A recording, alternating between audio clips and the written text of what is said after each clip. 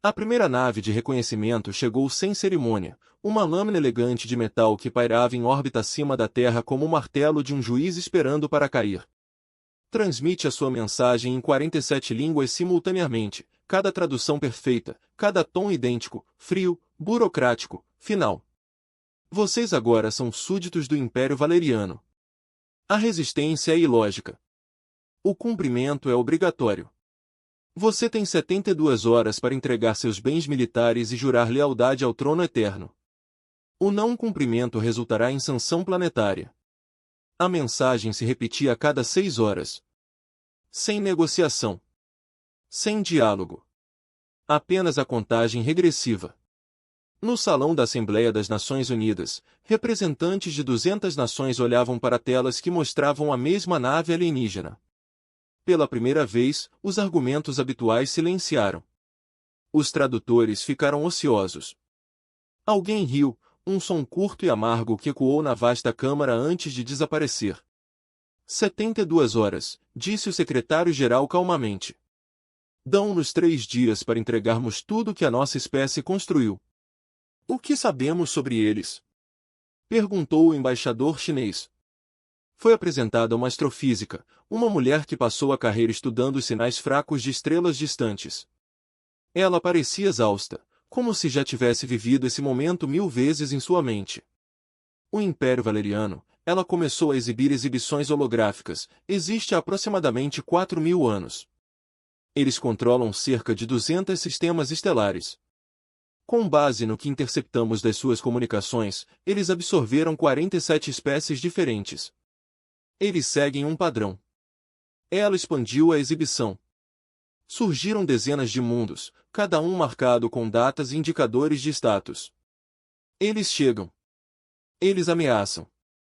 A espécie se rende imediatamente ou trava uma guerra breve, geralmente de 3 a 8 meses. Então eles se rendem. Os valerianos incorporam a sua tecnologia, os seus recursos, o seu povo. Algumas espécies podem manter autonomia limitada. Outros ficam completamente absorvidos, mas todos se submetem. Por quê? A pergunta partiu de um jovem delegado do Quênia. Por que todos se rendem? O astrofísico encontrou seus olhos. Porque os valerianos deixam claro que a resistência custará mais do que a submissão. Eles demonstram uma força esmagadora. Eles destroem uma cidade, talvez 2. Eles mostram que a vitória é impossível. E então eles oferecem termos. A maioria das espécies escolhe a sobrevivência em vez da extinção. A maioria das espécies não é humana, alguém murmurou. Deveria ter soado desafiador. Em vez disso, parecia medo disfarçado de coragem. O secretário-geral levantou-se. Precisamos entender o que estamos enfrentando. Envie um enviado diplomático. Com o tempo. Aprenda tudo o que pudermos. Mas os valerianos recusaram o enviado. Eles recusaram toda a comunicação além do ultimato repetido. Eles já haviam feito isso 47 vezes antes. Eles sabiam exatamente como isso iria se desenrolar. Eles estavam errados. Nos centros de comando militar por toda a Terra, generais e almirantes encaravam exibições táticas com um crescente sentimento de irrealidade. Seus arsenais, construídos para lutar entre si, de repente pareciam brinquedos de criança. Armas nucleares, mísseis hipersônicos, grupos de porta-aviões, caças furtivos. Tudo isso projetado para a guerra terrestre contra oponentes terrestres. A nave de reconhecimento valeriana possuía escudos de energia que poderiam desviar qualquer coisa do atual arsenal da humanidade. Suas armas poderiam tirar um continente da órbita. E era apenas uma nave de reconhecimento. A frota principal, segundo transmissões interceptadas, chegaria em 60 dias. Não podemos vencer, disse um almirante americano, com a voz monótona devido ao peso do óbvio. Então faremos com que se arrependam de nos terem atacado, respondeu o seu homólogo russo. Aumentamos o custo suficiente para que eles nos deixem em paz. Eles não deixam ninguém em paz, rebateu um general britânico, apontando para os dados históricos. Esse é o padrão. Eles absorvem. Eles se integram. Eles seguem em frente. No silêncio que se seguiu, um oficial mais jovem falou. Uma mulher com a insígnia do mais novo e menor ramo militar da humanidade, a Força Espacial. Todo padrão tem suposições, disse ela. A Valoria assumimos que seguiremos seu roteiro. E se não o fizermos? Explique, ordenou o secretário-geral. Ela obteve os dados sobre conquistas valerianas anteriores. Veja as espécies que eles absorveram. Todos eles tinham governos unificados, autoridades planetárias únicas. Quando os Valorians ameaçavam, havia uma entidade para negociar com uma cadeia de comando para atingir. Mas somos diferentes. Estamos fraturados. 200 nações, milhares de culturas, ideologias concorrentes. Eles provavelmente estão vendo isso como uma fraqueza. É fraqueza, alguém objetou. Ou sua redundância, ela continuou. Se destruírem um centro de comando, restam mais 5. Se eles destruírem uma cidade, centenas de outras continuarão lutando. Não somos uma hierarquia que eles possam ter, somos uma rede. Pela primeira vez desde que a mensagem chegou, algo parecido com esperança brilhou na sala. Não esperança de vitória, que ainda parecia impossível, mas esperança de outra coisa. Para adaptação. Para sobrevivência. Por encontrar um caminho que ninguém havia percorrido antes. O secretário-geral olhou ao redor da sala. Temos 60 dias antes da frota deles chegar. Quero que todos os cientistas, todos os estrategas, todas as pessoas com uma ideia, por mais maluca que seja, sejam envolvidos nisto. Não estamos lutando por território. Estamos lutando pelo direito de permanecer humanos. E vamos mostrar-lhes algo que nunca viram antes. A contagem regressiva continuou. 60 dias.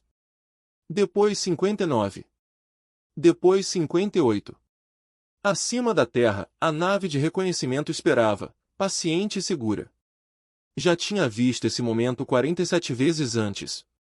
O pânico, o desafio, a rendição inevitável. Mas a humanidade já havia começado a fazer algo inesperado. Eles não estavam se preparando para se render. Eles não estavam se preparando para uma guerra convencional. Eles estavam se preparando para aprender. E nessa única decisão tudo mudou. A nave de reconhecimento valeriana designou a Terra como setor 447, nível de prioridade 3, classificação padrão para civilizações pré-interestelares. O observador a bordo, um veterano de 23 campanhas de conquista, preencheu seus relatórios de rotina com precisão mecânica. Ele notou a estrutura política fragmentada da humanidade, as suas armas energéticas primitivas, a sua completa ausência de viagens mais rápidas que a luz. Ele não notou os satélites que começaram a se reposicionar. Pequenos ajustes, que nem vale a pena mencionar. 30 dias até a chegada da frota. No CERN, na Suíça, o acelerador de partículas funcionava 24 horas por dia. Cientistas que passaram carreiras discutindo sobre alocações orçamentárias agora trabalhavam lado a lado, compartilhando dados sem hesitação. Um físico brasileiro e um engenheiro israelense resolveram juntos uma equação de campo quântico às 3 da manhã, alimentados por café frio e desespero compartilhado. Não podemos construir os escudos deles, disse o brasileiro exausto. Não temos os materiais, os sistemas de energia ou o tempo. Então não construímos escudos, respondeu o israelense. Construímos algo que eles não esperam. No laboratório de propulsão a jato, na Califórnia, os engenheiros aeroespaciais desmontaram cada satélite, cada sonda, cada peça de hardware que a humanidade já havia colocado em órbita. Eles não estavam construindo armas. Ainda não. Eles estavam construindo olhos e ouvidos. Eles precisavam entender a tecnologia valeriana, não para copiá-la, mas para encontrar seus pontos fracos. Uma equipe de hackers, alguns recrutados em agências de inteligência, outros retirados diretamente das celas da prisão, trabalhou para quebrar os protocolos de comunicação valerianos. Não para enviar mensagens. Para ouvir.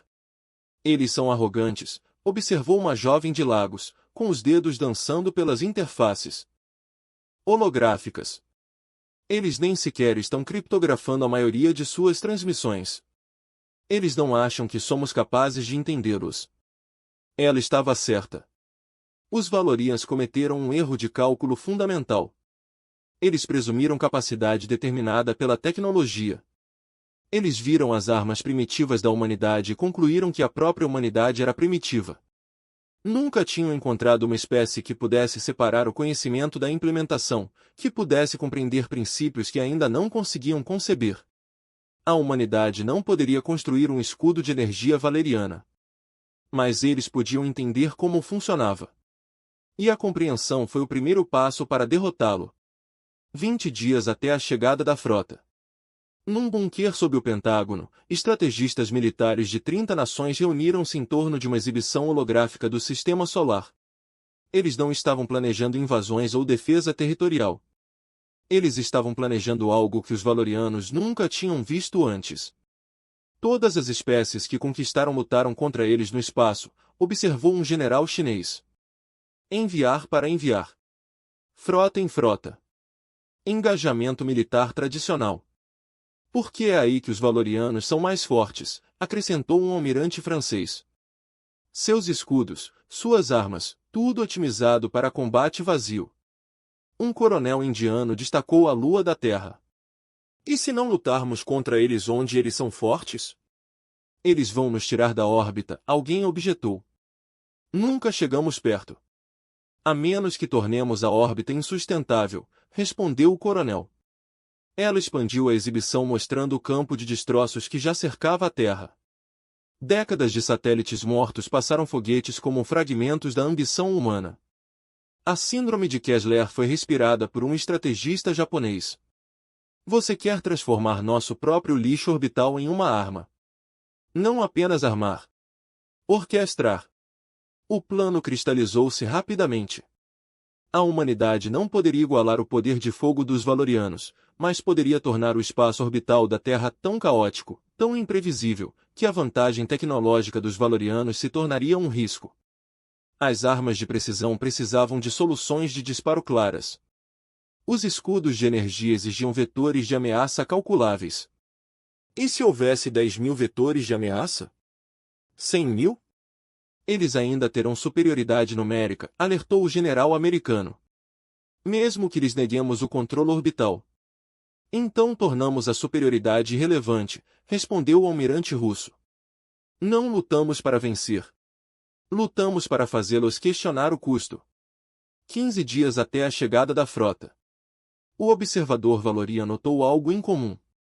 O espectro eletromagnético da Terra ficou confuso. Transmissões de rádio, rajadas de dados, interferência de sinal, tudo aumentando exponencialmente.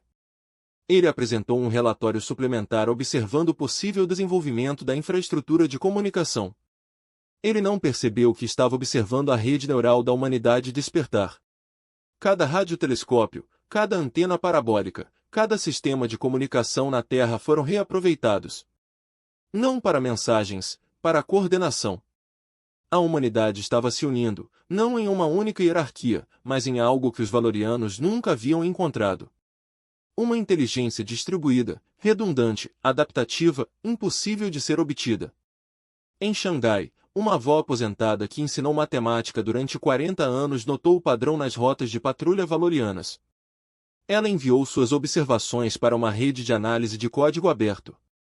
Em 6 horas, 300 matemáticos em todo o mundo refinaram a sua visão sobre um modelo preditivo. Em São Paulo, um programador adolescente criou um algoritmo para otimizar trajetórias de campos de destroços. Ele postou online. Em 2 dias, foi melhorado por colaboradores de 50 nações integrado em sistemas de controlo de satélites. Os Valorians observaram uma espécie fraturada. Eles não conseguiam ver o que a humanidade estava se tornando. 10 dias até a chegada da frota. A nave batedora recebeu novas ordens, demonstre força. O protocolo. Padrão. Selecione uma instalação militar menor, destrua-a completamente e repita os termos de rendição. Sempre funcionou. Os Valorians escolheram uma estação de radar remota no Alasca. Isolado. Baixas mínimas. Demonstração suficiente de poder. O feixe cai da órbita, preciso e terrível. A instalação vaporizou em segundos. E a humanidade aprendeu exatamente como eram as armas valorianas quando disparadas. A assinatura energética. A sequência de carregamento. O breve momento de vulnerabilidade em que os escudos tiveram que se ajustar para compensar o disparo das armas. Durou 0,03 segundos. Mas isso foi o suficiente. Eles acham que estamos ensinando a temê-los, disse um analista sul-africano, observando a chegada dos dados. Eles estão nos ensinando como matá-los. 5 dias até a chegada da frota.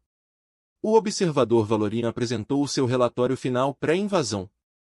Espécie-alvo mostram os sinais esperados de pânico e desorganização. Nenhum acúmulo militar significativo detectado. Recomendamos prosseguir com o protocolo de ocupação padrão. Ele estava certo sobre o pânico. Pessoas em toda a Terra assistiram à contagem regressiva com pavor. As cidades prepararam planos de evacuação. Os pais seguravam os filhos mais perto. Mas ele estava errado sobre a desorganização. A humanidade não estava construindo um exército. Eles estavam construindo uma estratégia. E a diferença importaria mais do que os Valorians poderiam imaginar. No último dia antes da chegada da frota, uma mensagem foi transmitida da Terra. Não é uma rendição. Não é um apelo. Apenas 3 palavras transmitidas em 47 idiomas. Estamos prontos. Os Valorians ouviram e sorriram. Claro que eles estavam prontos. Todos estavam sempre prontos para se render. Eles não tinham ideia do que essas palavras realmente significavam. A frota Valorian emergiu do hiperespaço na extremidade do sistema solar da Terra. 300 navios dispostos em perfeita formação geométrica. Dreadnought's do tamanho de pequenas luas. Cruzadores repletos de conjuntos de armas. Navios de apoio que transportam forças de ocupação. 4.000 anos de doutrina militar manifestada em metal e energia. O almirante Keorid estava na ponte da nau Capitânia Domínio Eterno, examinando as exibições táticas com a calma de alguém que já havia feito isso muitas vezes antes. A Terra apareceu como uma bola de gude azul na projeção holográfica, bela, frágil e totalmente condenada. Situação das forças indígenas, perguntou. Almirante Mínimo, informou seu oficial tático. Detectamos aproximadamente 400 naves espaciais em posições orbitais. Propulsão química primitiva. Sem escudos de energia. Nenhuma formação coerente. Eles parecem estar dispersos. Keorig assentiu. Implantação de pânico. Desespero. O padrão habitual. Transmita os termos finais, ele ordenou. A mensagem foi espalhada por todas as frequências. Esta é sua última oportunidade. Entregue todos os bens militares imediatamente. A resistência será enfrentada com destruição urbana sistemática até que o cumprimento seja alcançado. Você tem 1 hora. 59 minutos se passaram em silêncio. Então, faltando 1 minuto, a Terra respondeu. Não com palavras. Com movimento. Cada satélite na órbita da Terra. Milhares deles dispararam propulsores de posicionamento simultaneamente. Os sensores valerianos registraram isso como caos. Trajetórias aleatórias. Incompetência suicida. Estão destruindo a sua própria infraestrutura orbital. O oficial tático disse confuso. O campo de detritos está se expandindo rapidamente. Pânico. Keorig disse com desdém. Comece a liberação orbital. Implante as formações de quebra de escudo. Vamos terminar isso rapidamente. A primeira onda de naves valerianas acelerou em direção à Terra. Seus escudos brilhavam com energia mal contida. Eles haviam feito essa manobra centenas de vezes. Estabeleça dominância orbital. Neutralize qualquer resistência militar. Então começariam os ataques de demonstração que quebrariam a vontade do planeta. Eles entraram no espaço orbital da Terra esperando resistência dispersa. O que eles conseguiram foi matemática. Os detritos aleatórios não eram nada aleatórios. Cada peça foi calculada, posicionada, acelerada com precisão. À medida que as naves valerianas avançavam, os destroços começaram a cair em cascata. Cada colisão criando mais fragmentos. Cada fragmento segue trajetórias planejadas por milhares de matemáticos humanos trabalhando em paralelo. Era a síndrome de Kessler, mais armada. Orquestrado. Transformou-se numa sinfonia de destruição. Os escudos dos primeiros cruzadores valerianos resistiram aos impactos iniciais. A segunda onda penetrou. Na terceira onda, os geradores do escudo estavam sobrecarregados devido ao grande volume de microcolisões. 0,03 segundos depois, durante a breve flutuação do escudo, um pedaço de destroço, um fragmento de um satélite de comunicação de 40 anos, perfurou o casco a 17.000 milhas por hora. O cruzador não explodiu. Simplesmente, desmoronou. Integridade estrutural comprometida em vários lugares simultaneamente. Manobras evasivas. Ordenou Keurig, observando incrédulo enquanto mais 2 navios sofriam danos críticos. Como eles estão coordenando isso? Seu oficial tático trabalhou freneticamente os controles. Almirante eu? Não sei. Não há assinatura de comando central. Não há protocolos de coordenação de frota. É como se os próprios detritos fossem inteligentes. Não foram os destroços. Eram 10.000 humanos com calculadoras e o plink de satélite, ajustando trajetórias em tempo real, respondendo a cada movimento valeriano com precisão coletiva. Os valerianos estavam lutando contra um enxame de inteligência que não tinha cabeça para cortar, nem processamento central para interromper. Recue para a formação defensiva Delta, comandou Keurig. Deixe-os esgotar suas armas cinéticas. Então avançamos. Mas os destroços não esgotaram. Multiplicou-se. Cada nave valeriana que disparou suas armas adicionou energia ao sistema. Cada manobra evasiva mudava os vetores e a humanidade ajustava-se de acordo. O campo de batalha não era um lugar. Era uma equação e os valerianos estavam presos dentro dela. Novo contato, gritou o oficial sensor. 4 pequenas naves aproximando-se da superfície da Terra. Foguetes químicos. Perfil de ameaça mínimo. Ignore-os, disse Keurig. Concentre-se em limpar o campo de destroços. Esse foi seu segundo erro. A primeira foi entrar no campo de destroços. As 4 espaçonaves não eram armas. Eles eram veículos de entrega. Cada um carregava uma carga montada nos últimos 30 dias, uma combinação de tecnologias que os valerianos já tinham visto antes, mas nunca juntas e nunca usadas dessa forma. Uma espaçonave chinesa liberou uma nuvem de poeira metálica, bilhões de partículas microscópicas que se dispersaram pelo campo de batalha. Individualmente inofensivo. Coletivamente, eles criaram uma névoa eletromagnética que embaralhou os sistemas de mira valerianos. Uma nave americana implantou uma rede de microsatélites, cada um transmitindo ruído branco em todas as frequências que os valerianos usavam para a comunicação entre navios. Não é interferência, isso pode ser filtrado. Isso era mimetismo. Cada nave valeriana de repente ouviu ordens falsas de uma dúzia de fontes diferentes, todas perfeitamente criptografadas, todas completamente fabricadas. A espaçonave europeia carregava algo mais simples. Espelhos. Milhares deles, cada um com um ângulo preciso. Quando o Dreadnought valeriano disparou sua arma primária contra a Terra, um ataque de demonstração destinado a criar crateras em uma grande cidade, o feixe encontrou um labirinto geométrico de superfícies reflexivas. O chute saiu ao lado. Então ele saltou. Depois se espalhou em uma dúzia de raios mais fracos que se dissiparam inofensivamente no espaço. E o artesanato russo? Não fez nada além de observar. Gravando tudo. Aprendizado. Transmitindo dados de volta à Terra, onde milhões de humanos analisaram cada detalhe das armas, escudos e respostas táticas. Valerianas. O que está acontecendo? Keurig exigiu que seu comunicador finalmente falhasse. Não é assim que eles lutam. Não é assim que alguém luta. Almirante, seu oficial de ciências disse calmamente, não acho que eles estejam lutando contra nós. Acho que eles estão nos estudando. A frota valeriana reagrupou-se, recuando para uma órbita mais elevada. Eles haviam perdido 6 navios.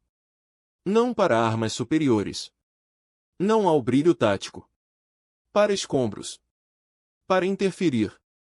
Há truques que não deveriam ter funcionado contra um império de 4.000 anos. Kirk olhou para a exibição tática, observando o planeta azul girar abaixo dele. Na superfície ele podia ver as luzes das cidades, bilhões de vidas, continuando como se nada tivesse mudado. Não há evacuações em massa. Sem pânico. Apenas, esperando. Prepare-se para o protocolo de demonstração Ômega, disse ele finalmente. Selecione os 10 maiores centros populacionais. Ataques simultâneos. Terminamos isso agora. Mas mesmo quando ele deu a ordem, a dúvida surgiu. Um sentimento desconhecido para um almirante valeriano. As soluções de segmentação foram bloqueadas. 10 feixes cada um capaz de destruir uma metrópole carregada e pronta. E então o espectro eletromagnético da Terra explodiu em atividade. Não é aleatório. Coordenado. Cada satélite, cada transmissor, cada dispositivo capaz de transmitir. Todos eles enviando a mesma mensagem simultaneamente. Nós vemos você. Nós conhecemos você. Nós nos lembraremos. Não foi uma ameaça. Não foi um apelo. Foi uma declaração de fato transmitida com tanta precisão diante, tamanha unidade de propósito que, pela primeira vez na história valeriana, um almirante hesitou. Seu dedo pairou sobre a autorização de disparo. Na Terra, em bunkers e centros de comando, a humanidade prendeu a respiração. Eles ganharam tempo. Eles sobreviveram ao primeiro noivado. Mas todos eles sabiam o que viria a seguir. Os valerianos se adaptariam. Eles aprenderiam. Eles voltariam com mais força. E quando fizessem, a humanidade teria que lhes mostrar algo ainda mais inesperado. As greves de manifestação dispararam. E a verdadeira guerra começou.